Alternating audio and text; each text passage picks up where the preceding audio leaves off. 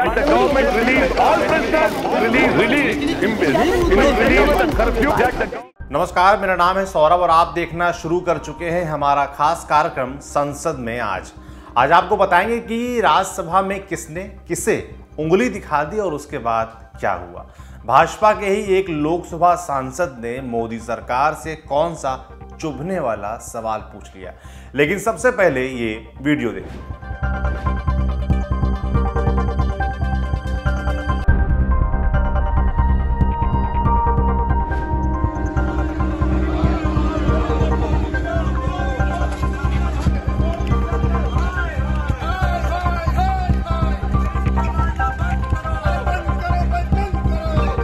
आप जानते हैं कि मानसून सत्र के पहले दिन से सरकार और विपक्ष कृषि कानूनों, पेगासस जासूसी मामला और महंगाई को लेकर एक दूसरे के आमने सामने हैं। अभी भी इस स्थिति में कोई बदलाव नहीं आया है। लिहाजा आज सुबह कांग्रेस के पूर्व अध्यक्ष और लोकसभा सांसद राहुल गांधी की अगुवाई में विपक्षी नेताओं ने साइकिल से संसद तक मार्च किया। ये वीडियो इसी मार्च का है। आपको बता दें कि साइकिल मार्च से पहले राहुल गांधी ने विपक्षी नेताओं को नाश्ते पर बुलाया और नाश्ते के टेबल पर ही ये तय हुआ कि विपक्षी सांसद साइकिल से संसद तक मार्च करेंगे। दिन के इस वीडियो के बाद आगे बढ़ते हैं और आपको लोकसभा राज्यसभा में हुए कामकाज का ब्यौरा देते हैं। पहले राज्यसभा की बात कर लेते हैं। रोज की तरह आज भी राज्यसभा की कार्यवाही सुबह 11 बजे शुरू हुई। अभी सभापति वेंकैया नायडू अपनी जगह पर बैठे ही थे कि विपक्षी सांसद नारेबाजी करते हुए आसन के सामने आ गए। इसी दौरान कांग्रेस के राज्यसभा सांसद शक्ति सिंह गोहिल को सभापति वेंकैया नायडू की तरफ से तगड़ी डांट पड़ गई। वहीं केंद्रीय मंत्री और राज्यसभा सांसद मुख्तार अब्बास नकवी ने टीएमसी सांसद डेरेक ओब्रायन के उस ट्वीट का जिक्र किया जिसमें उन्होंने कहा था, सरकार संसद में बेहद जल्दबाजी में बिल पारित करवा रही है। औसतन 7 मिनट में कम समय में एक विधेयक पारित कराया जा रहा है। क्या हम पापड़ी चाट बना रहे हैं? मुख्तार अब्बास नकवी ने इस ट्वीट को संसद और देश का अपमान बताते हुए माफी मांगने के लिए कहा। इसके बाद ही सभापति वेंकैया नायडू ने राज्यसभा की कार्रवाई को 12 बजे तक के लिए स्थगित कर दिया। खुद देखिए क्या हुआ था। 238 पॉइंट ऑफ ऑर्डर 238। आदरणीय सभापति महोदय, इस सदन के एक सदस्य ने Otherwise you will be named and action will be taken. This is not allowed. Nothing shall go on record, nothing shall be shown. Sir, I wanted to repeat, sir. Point of order 238. 238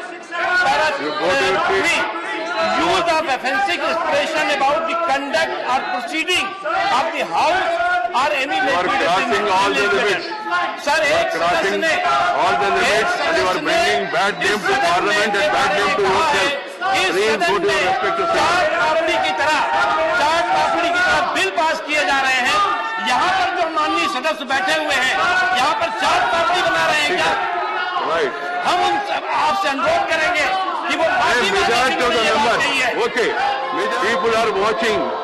Children are watching. The entire country is really getting organized by our continuous disruptions. We are sent here for discuss, debate and decide. Do not disrupt. Don't show the hand. Don't show the hand. I will name you and send you. Shakti Sinha Goyal is the name. You can't show accusing finger against the chair. You have to understand this. Being a senior, you will be harming yourself. I am telling you. You're an upcoming parliamentarian. Don't do this. Nobody can dictate to the chair. Nobody can show an accusing finger. Understand? And the go to your seat. And the house is adjourned to meet for PM. Rajya Sabha की कार्यवाही 12 बजे फिर से शुरू हुई और थोड़ी ही देर में दोपहर 2 बजे तक के लिए स्थगित कर दी गई। 2 बजे सभा बैठी तो भारी शोर शराबे के बीच 40 मिनट तक कामकाज हुआ, फिर सीधे अगले दिन 11 बजे तक के लिए स्थगित हो गई।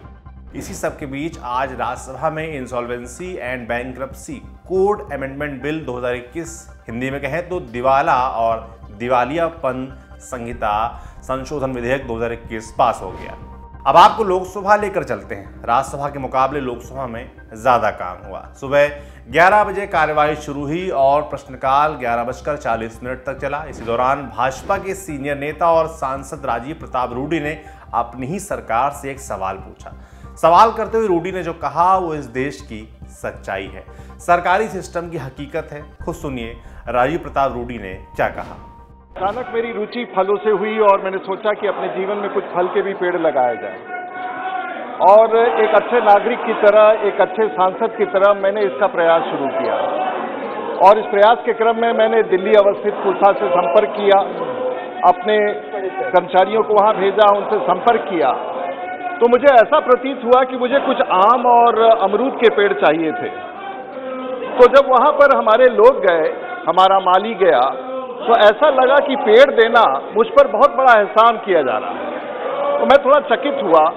फिर मुझसे कहा गया कि ये सीजन समाप्त हो गया है, आप अगले साल के लिए बुकिंग कराइए। फिर हमने अगले साल के लिए एक लिस्ट बना करके भेजा और आश्चर्य इस बात का है कि उसके बारे में मुझे कोई जानकारी नहीं दी गई और मैं सांसद के रूप में कोशिश करता रहा।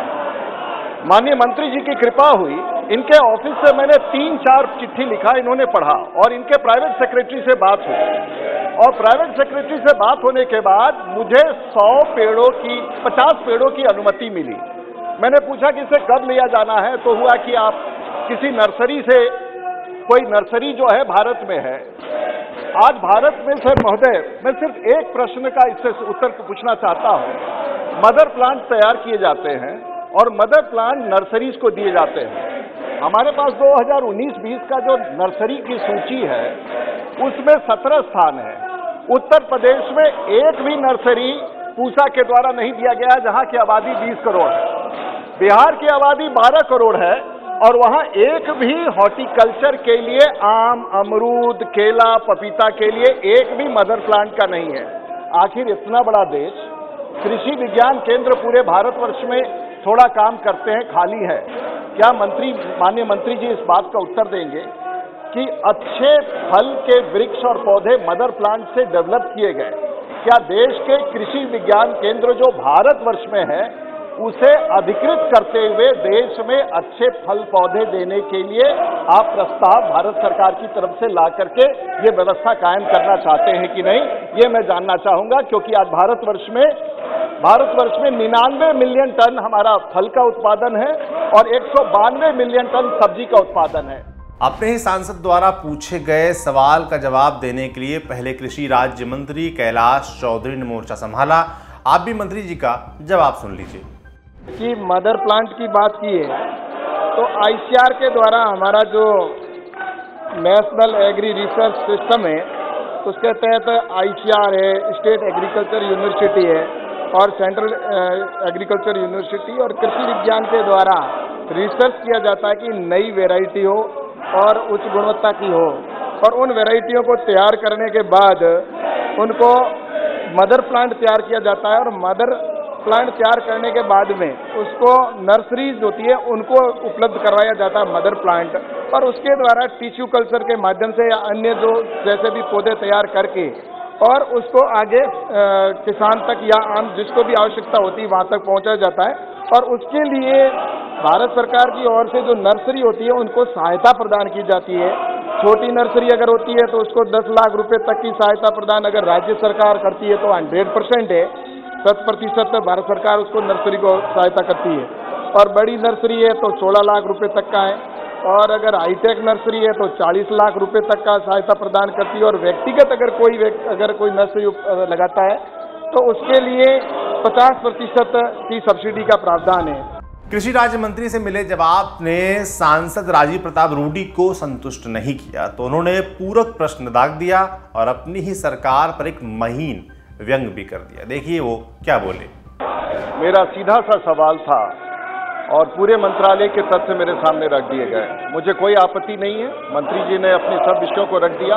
मैं साधारण सा विषय पूछ रहा हूं और मैंने आपसे इतना पूछा कि हर पौधा लेकर के हम नर्सरी से जाते हैं, 3 साल तक उसको सेवते हैं और पता चलता है कि इसमें फल ही नहीं आया।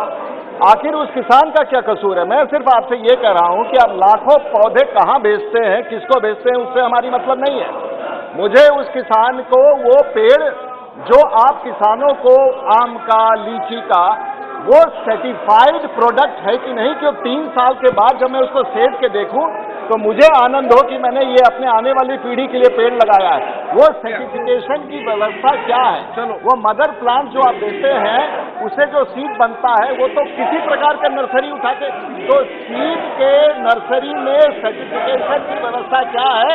और 3 साल के बाद अगर वो फल उस अनुरूप नहीं निकलता है तो उसके खिलाफ आप क्या कार्रवाई करते हैं? किसानों को क्या प्रोटेक्शन देते हैं? और क्या किसी किसान विज्ञान केंद्र को इसकी जिम्मेवारी आप देना चाहेंगे? इस पूरक सवाल का जवाब देने के लिए खुद केंद्रीय कृषि मंत्री नरेंद्र सिंह तोमर खड़े हुए। ऐसा लगा कि वो अपने जूनियर मंत्री कैलाश चौधरी को कह रहे हों, आप रहने दीजिए, मैं देखता हूं। सदस्य की चिंता निश्चित रूप से बहुत वाजिब है और सदस्य को पौधा प्राप्त करने में जो कठिनाई हुई वह निश्चित रूप से नहीं होनी चाहिए थी। मैं इस मामले में सदस्य की बात से पूरी तरह सहमत हूँ।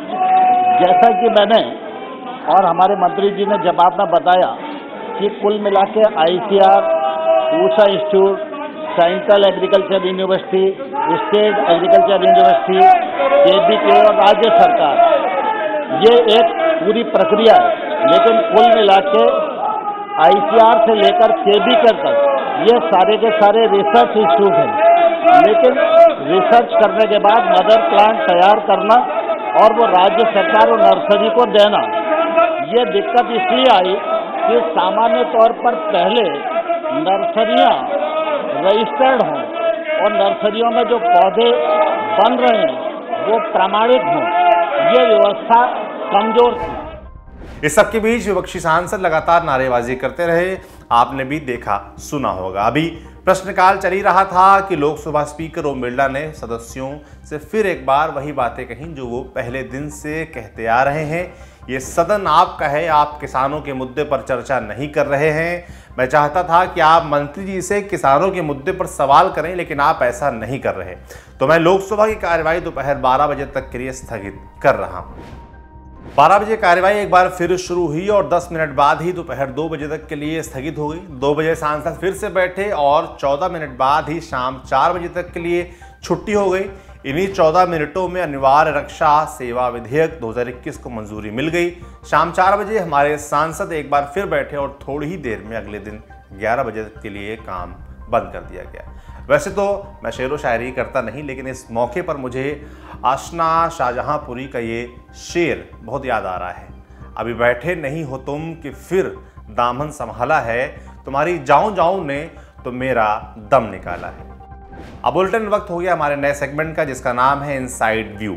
इस सेगमेंट में हम पार्लियामेंट सेशन कवर कर रहे रिपोर्टर से वो बात समझने की कोशिश करते हैं जो अमूमन कैमरे की नज़र से छिप जाती है। तो आज हमने इंडिया टुडे ग्रुप के national affairs editor Rahul Srivastava से जो सवाल पूछा जो आप भी जानना चाहते हैं। हमने पूछा कि क्या राहुल गांधी के नाश्ते और साइकिल मार्च के बाद विपक्ष एक हो गया है? देखिए, विपक्ष की एकता जहां तक है, इसमें 2 इवेंट अगर आप देखें तो 2 इवेंट एक तरह से हुए। एक हुआ कि राहुल गांधी ने सभी नेताओं को इनवाइट किया और 17 में से करीब जिनको इनवाइट किया था उनमें से करीब 14 पार्टियां इस बैठक में शामिल हुई। इससे एक चीज तो साफ हो रही है कि कांग्रेस पार्टी जो है वो विपक्षी एकता की धुरी बनने के लिए अब पूरी तरह से आगे आ गई है। और इस आगे आने का शायद सबसे बड़ा कारण ये भी है कि ममता बनर्जी ने जिस तरह से आके दिल्ली में एक मुहिम छेड़ी थी, लोगों से मुलाकात की थी, कहीं ना कहीं एक प्रतिस्पर्धा चली है काफी समय से कांग्रेस और तृणमूल के बीच में, जहां ये लगता रहा है कि तृणमूल कांग्रेस जो है वो एक प्रिंसिपल ऑपोजिशन है, कांग्रेस कहीं पीछे छूटती दिख रही थी। राहुल गांधी ने आज ये शायद पूरी साबित करने की कोशिश करी कि पोल पोजीशन जो है, जहां तक इस विपक्ष की एकता की है, पोल पोजीशन सबसे अग्रणी जो है उसमें कांग्रेस पार्टी है। वो उन्होंने एक बहुत क्लियर मैसेज इस मीटिंग के जरिए दिया है और बहुत सारी ऑपोजिशन पार्टीज ने भी ये सिग्नल दिया कि वो उनको इस एकता की कोशिश से बहुत आपत्ति नहीं है। अभी तक अगर तृणमूल कांग्रेस दूर रहती थी कांग्रेस की बैठकों से या कांग्रेस दूर रहती थी तृणमूल की बैठकों से, तृणमूल कांग्रेस के नेताओं का इसमें सौगत राव का आना इसमें एक इशारा है कि शायद एक समझ बन रही है कि अगर विपक्षी एकता की इंडेक्स को ऊंचा करना है, यानी जो गणित है उसको ऊपर करना है, तो चुनाव कोई है नहीं, अभी चुनाव लड़ना नहीं है। जब चुनाव नहीं है तो क्यों हम ऐसा सिग्नल दें कि विपक्ष एक नहीं है? तो यानी विपक्षी एकता की जरूरत पे ज्यादा आज बड़ा क्लियर सवाल है। और मैंने तृणमूल कांग्रेस के कुछ नेताओं से बात जब की तो उनका कहना यही था कि तृणमूल कांग्रेस, हालांकि कांग्रेस का चाहे नहीं चाहेगा कि बंगाल जैसे राज्य में कांग्रेस की दोबारा वापसी हो, उनका इस बार सुपड़ा साफ हुआ था, इसलिए वो कॉशियस रहेंगे कि कांग्रेस के साथ किस तरह कैसे दिखाई दें, और नेशनल लेवल पे अगर ममता बनर्जी को आगे बढ़ना है तो वो किस तरह की मैन्यूवरिंग करें। लेकिन इस समय जब सरकार दबाव में है, विपक्ष एक हो रहा है, उसमें उस दबाव को नरेंद्र मोदी, जो कि एक कॉमन एनिमी कहा जा सकता है, उसमें उन्होंने कहा कि हम पीछे नहीं रहेंगे। आपस में वन अपमैनशिप चालू हो जाती है कि अच्छा उसने इतना किया तो मैं ये करूंगा। यही लगा था, अगर आप देखिए कुछ दिन पहले जब राहुल गांधी ट्रैक्टर लेकर के आए थे तो उन्होंने आगे होने की कोशिश करी, ममता बनर्जी ने फिर कोशिश करी। आज ये थोड़ा सा एक जिसे कहते हैं ना सटल तरीके से सॉफन करने की कोशिश थी, पूरे मामले को एक प्रेजेंटेबल बनाने के लिए, विपक्ष की एकता को दर्शाने के लिए। दूसरी तरफ राहुल गांधी ने अपनी मुहिम नहीं छोड़ी। अगर उनको, राहुल गांधी को आज आपने लोगों ने उनको साइकिल चला करके पार्लियामेंट जाते हुए देखा, और मुद्दा जो था वो पेट्रोल की हाइक, यानी जो ईंधन है उनकी जो बढ़ोतरी हुई कीमतों में, उसको लेकर के था। वो भी एक बहुत अहम इशू है। कहीं ना कहीं कांग्रेस को ये लग रहा है कि ये जो पेगासस का जो स्नूप गेट का मामला है, जिसमें नेताओं, राहुल गांधी भी एक नेता थे जिनका फोन कहा जा रहा है कि टैप पोटेंशियल था, उसको देखते हुए कहीं कांग्रेस को लग रहा है कि इस मामले का जनता में ट्रैक्शन कम है। उसको लेकर के पब्लिक बहुत उत्सुक नहीं है कि विपक्ष क्यों विरोध कर रहा है, क्या मामला है। ये आम गरीब गुरबा का मामला नहीं है, ये कस्बों और देहातों का मामला नहीं, ये शहर के कुछ चुनिंदा लोगों का मामला है। इसको देखते हुए राहुल गांधी ने अपना पैसा बदला है प्रोटेस्ट को। उन्होंने ऐसी चीज मुद्दे पे आ गए हैं जो कि आम जनता से जुड़ा हुआ है। लेकिन इसमें एक बात गौरतलब है कि बीएसपी नहीं आई। आम आदमी पार्टी ने कहा कि सदन में हम विरोध में शामिल होंगे, लेकिन यहां साथ नहीं आ सकते। वाईएसआरसीपी, बीजेडी, ऐसी कई पार्टियां हैं। तो मैं कहूंगा कि एक विपक्षी धड़ा जो कि इक्वी डिस्टेंट खेलता है, वो तो अगर उसको छोड़ दें तो कहीं ना कहीं एक ऑपोजिशन यूनिटी का स्वरूप बन रहा है, जो मैं ये नहीं कहूंगा कि इलेक्टोरली बन सकता है, यानी चुनावी दंगल में उतर सकता है, वो नहीं हो सकता, जरूरी नहीं है, लेकिन पॉलिटिकली एक फ्रंट बन सकता है बीजेपी के खिलाफ, ये एक पॉसिबिलिटी है। और एनसीपी के एक वरिष्ठ नेता ने, जो कि आज सम्मिलित हुए थे इस बैठक में, उन्होंने साफ शब्दों में कहा कि ये लड़ाई चुनावी ही नहीं बची है, अब ये लड़ाई बीजेपी के जगरनॉट से, उनकी पब्लिसिटी कैंपेन, उनके नेता की छवि और तमाम लेवल पे लड़ी जानी है। और इस लड़ाई में विपक्ष का इस तरह से आना, चाहे चुनाव में एक साथ ना हो, इस समय पे आना बहुत जरूरी है, और हर लेवल पे नरेंद्र मोदी को चैलेंज करना इस समय अनिवार्य हो गया है। तो आज के शो में इतना ही, कल फिर मुलाकात होगी। शुक्रिया, शुभ रात्रि।